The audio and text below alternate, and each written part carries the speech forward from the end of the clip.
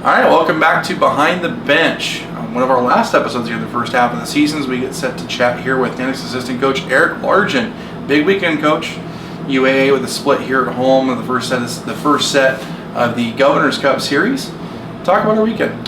Yeah, I mean, we got off to a little bit of a sluggish start in the first period on Friday night, but we picked it up and just kind of ended up on the wrong side of the scoreboard there on Friday, and then Saturday night came up with a really good effort and found a way to get 3 points in the standings and even up the Governor's Cup series. Well, that second game, certainly a bit of a response. Obviously, Riker Lear coming in with that, honestly, one of the better shots I've seen. That short-handed goal certainly gets things going. Sort of getting that first goal, especially at home, is that really a focus for the team? Yeah, I mean, I think that's a big thing. It's something that we'd like to, obviously on Friday nights, trying to figure out, why it is we've been starting a little bit slower. And, I think a point of emphasis going into this weekend against Bowling Green, making sure we're off to a fast start, and obviously getting that first one's important. But, Saturday night, having Colton Leader finish one off right away, and then Riker following up right after, and, it was a good boost for our momentum, and we were able to carry it through the rest of the game. Gotcha. I forgot that Colton was actually scored first. I'm sorry about that, but anyway, the power play unit has actually been a point of emphasis, I think, for quite a while. It's been special teams which have struggled in years past. It's sort of right now in the top half of the league, though. As many penalties as the officials are calling in the game right now, it's obviously a big point of emphasis. But what the Nanooks are able to do is seemingly be able to score on honestly both ends, Riker short-handed and Colton on the power play. Yeah, I think our special teams has been good all year. I think our power play has been carrying us at some times as well. Penalty kill's been coming along. I think it's an area where still need to continue to improve upon, and obviously though special teams are such a big important part of it with all the penalties being called, and obviously in close 1-goal games that power play goal, that shorthanded goal against can mean the difference between winning and losing hockey games. Well, we've seen both goaltenders certainly cycle through. Obviously, Davis Jones with the team struggled a little bit there on Friday. Jesse James getting the start on Saturday. Talk about these guys' development at this point of the season. Yeah, I mean, I think both of them have come along very nicely this year. I think our team defense overall has been improving, but at times we've left them out to dry, and I think they've done a good job of keeping us in a lot of the games, and I think that they've continued to get better and better, and even Davis on Friday wasn't the reason we lost by any means. Another solid effort, and then Jesse backs it up on Saturday with a big win, and I think we feel pretty confident with both of those guys in the net right now. Yeah, certainly a great 1-2 punch. I think you can kind of swap the numbers. One for Davis, 2 for Jesse. You can just probably switch it on any night, and they'll be, like you said, confident with either one back there, which is a big boost for the team. As a former goaltender yourself, is that what you're looking for from these guys to sort of again make essentially what they can in the back end for you? Yeah, absolutely. I mean, I think that they've, like I've said before, I think they're solid in there right now, and I think they're only getting better and better, and especially too as their team defense is continuing to get better and better, their numbers are gonna continue to rise, and we feel really good. We feel like we have a 1A, 1B. Just depends on who's going to be going in the net that night, but we feel good about both of them, and are excited about the second half of the year of what they're going to bring to the table for our hockey club. So a couple other goaltenders on the roster as well, Nico Delamajori as well as Anton Martinson, I believe, is redshirting for the year. Yep. Obviously putting in some good time in practice for you guys to help you guys get better as a team. How are those guys progressing? Oh, they're doing a great job. The amount of time that they spend after practice working on different things, taking extra shots, doing extra workouts. They've done an incredible job, and their development is continuing to get better and better, and excited about the future for those freshmen. I think both of those guys are gonna be pushing to earn opportunities here going forward. Nico this year, and then going into the future, and then Anton in the following year after the redshirt year. But both are great character guys in the locker room, and both guys bring it every single day, whether they're going to play or not. And I think it carries over to the rest of our goaltending group and the rest of our team. While we're talking about goaltenders, I love picking the minds of one like yourself, but we can't probably have a whole lot of goaltending discussion without talking about the likes of a guy named Chad Johnson. Yeah. I don't know if you've been following the NHL much recently, but the guy's been on fire with the Calgary Flames. I 1.63 goals against average in the last 9 games. I think he's won 7 in a row, if I'm not mistaken.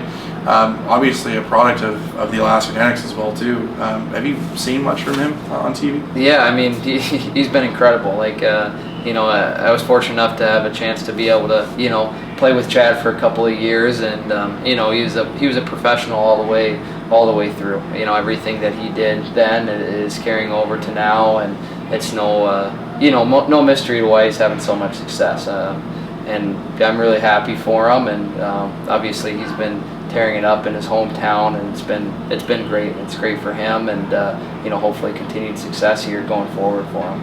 Yeah, Hockey Night in Canada After Hours had an interview with him I actually just watched earlier today. They were talking a lot about his preparation, about his focus, and honestly, it doesn't seem like he's, according to him, hasn't changed a thing since college at least, and his preparation stays the same. It's just about his approach and staying consistent. Now he's consistently winning games in the NHL, which, and I believe this is his 6th team that he's played on now, and I think he's finally found a good home as a starting goaltender.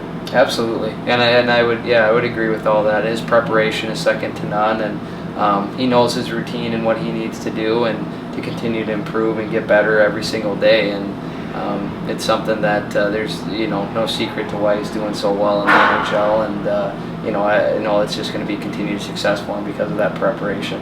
So getting back to the Nanooks here, of current times, I should say. Obviously, Bowling Green's up next on the schedule. You get the honestly sort of a rare privilege of back-to-back home games in this league at this point. But having Bowling Green come here right before the holidays, what's the focus for the weekend? I think the focus is, like you said, getting off to a quick start. I think on Friday night, that's a big one for us, and we got to match and increase our level of intensity compared to theirs, because they're an honest, hard-working hockey team, and they want to get pucks moving north, and they're good on special teams, and they're good down low with the puck. So we got a tough task for us, and but if we're able to play our game for 60 minutes and get off to the start that we need, we feel like we can compete against anyone, and compete against Bowling Green this weekend. Yeah, Bowling Green's 1-3 in their last 4. A sweep at the hands of Michigan Tech last weekend, so certainly they're going to be hungry coming up here. It's a long road trip for them. Should be one to pay attention to this week at the WCHA. So great talking to you, Coach.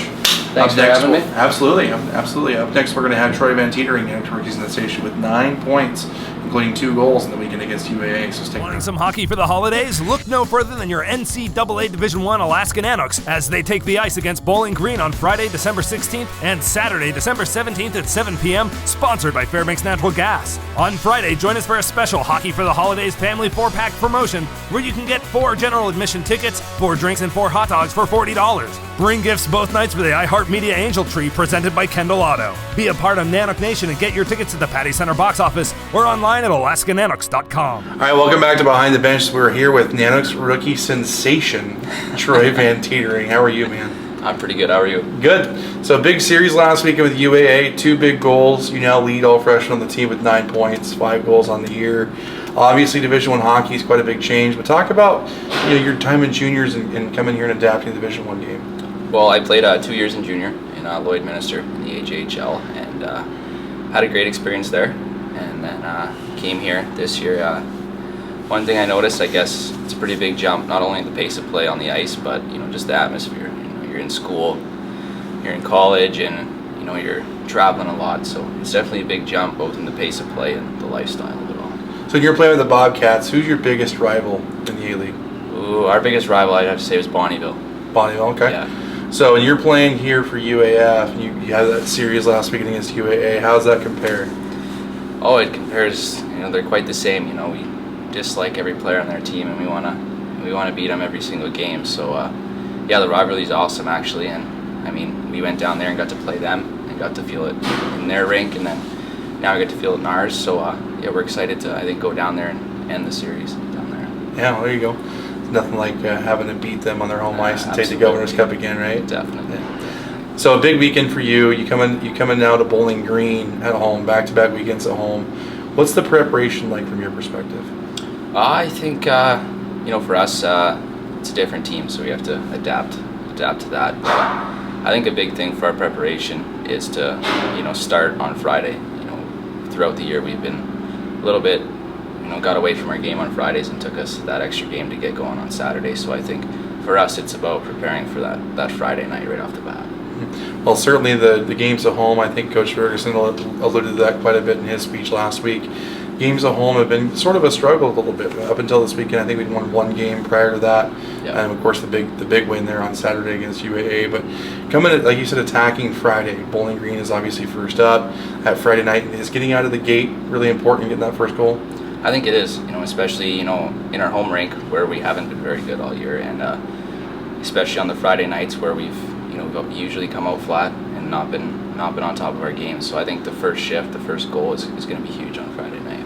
Yeah, it certainly always is. First, before we let you go, it's about time for some lightning round. Now he has no idea; he's a little nervous about what's about to happen. So we'll keep it easy. Who's your favorite athlete? Any sport? Who's your favorite all-time athlete? That's a good question, but I'm probably gonna have to go with a hockey player. Sidney Crosby. Sidney Crosby? Yeah. Sid the Kid? Actually, for the reason I just watched a video last week on him protecting the puck and his work ethic, and it just kind of really shows why he's the best player in the world. So. Yeah, well, not a bad role model. I'll give you that. Not at all. He's a Pittsburgh Penguin, Red Wings fan sitting here. Not exactly my cup of tea, but I'll give it to you. That's fine. All right. What's your favorite hockey moment of your career? Favorite hockey moment? I think it would have to be last year when we won gold at the World Junior A Challenge. Oh, what was that like? It was an awesome experience. It was really cool. Yeah. Now, tell us a little bit about how that World Junior Challenge takes effect. Because obviously you play in the Alberta League. There's a whole bunch of other leagues throughout Canada. Yeah. So you're playing with the best of the best. You sort of getting into that type of, if you want to call it an all-star team. Yeah. You're for such a short duration. What's it like playing at that kind of level? It was unreal. It was amazing experience to play with kids of that caliber. We had a really good team, and we became a team really quick. So just the atmosphere and the pace of play and everything like that. It was really, really cool experience. I'll never forget it. Have you had a chance to meet up with any of those guys here in your short duration here the first semester of college? Not really. No, most of them aren't in our conference right now. So, but I still keep in touch with a few of them. So. Yeah. Well, teammates are always a good thing, right? Absolutely. Yeah. Yeah. So, well, thanks for your time, Troy. Thank you. Yeah, 5 goals, 9 points so far in the season for the freshman. Let's keep it rolling up, bud. Absolutely. All right, thanks. Go Nucks, and let's get ready for Bowling Green. For sure. Thank you. Yeah, not bad, huh? Not too bad. One take. Not bad, eh? That's it, eh? I thought he it was... just froze up on the favorite athlete.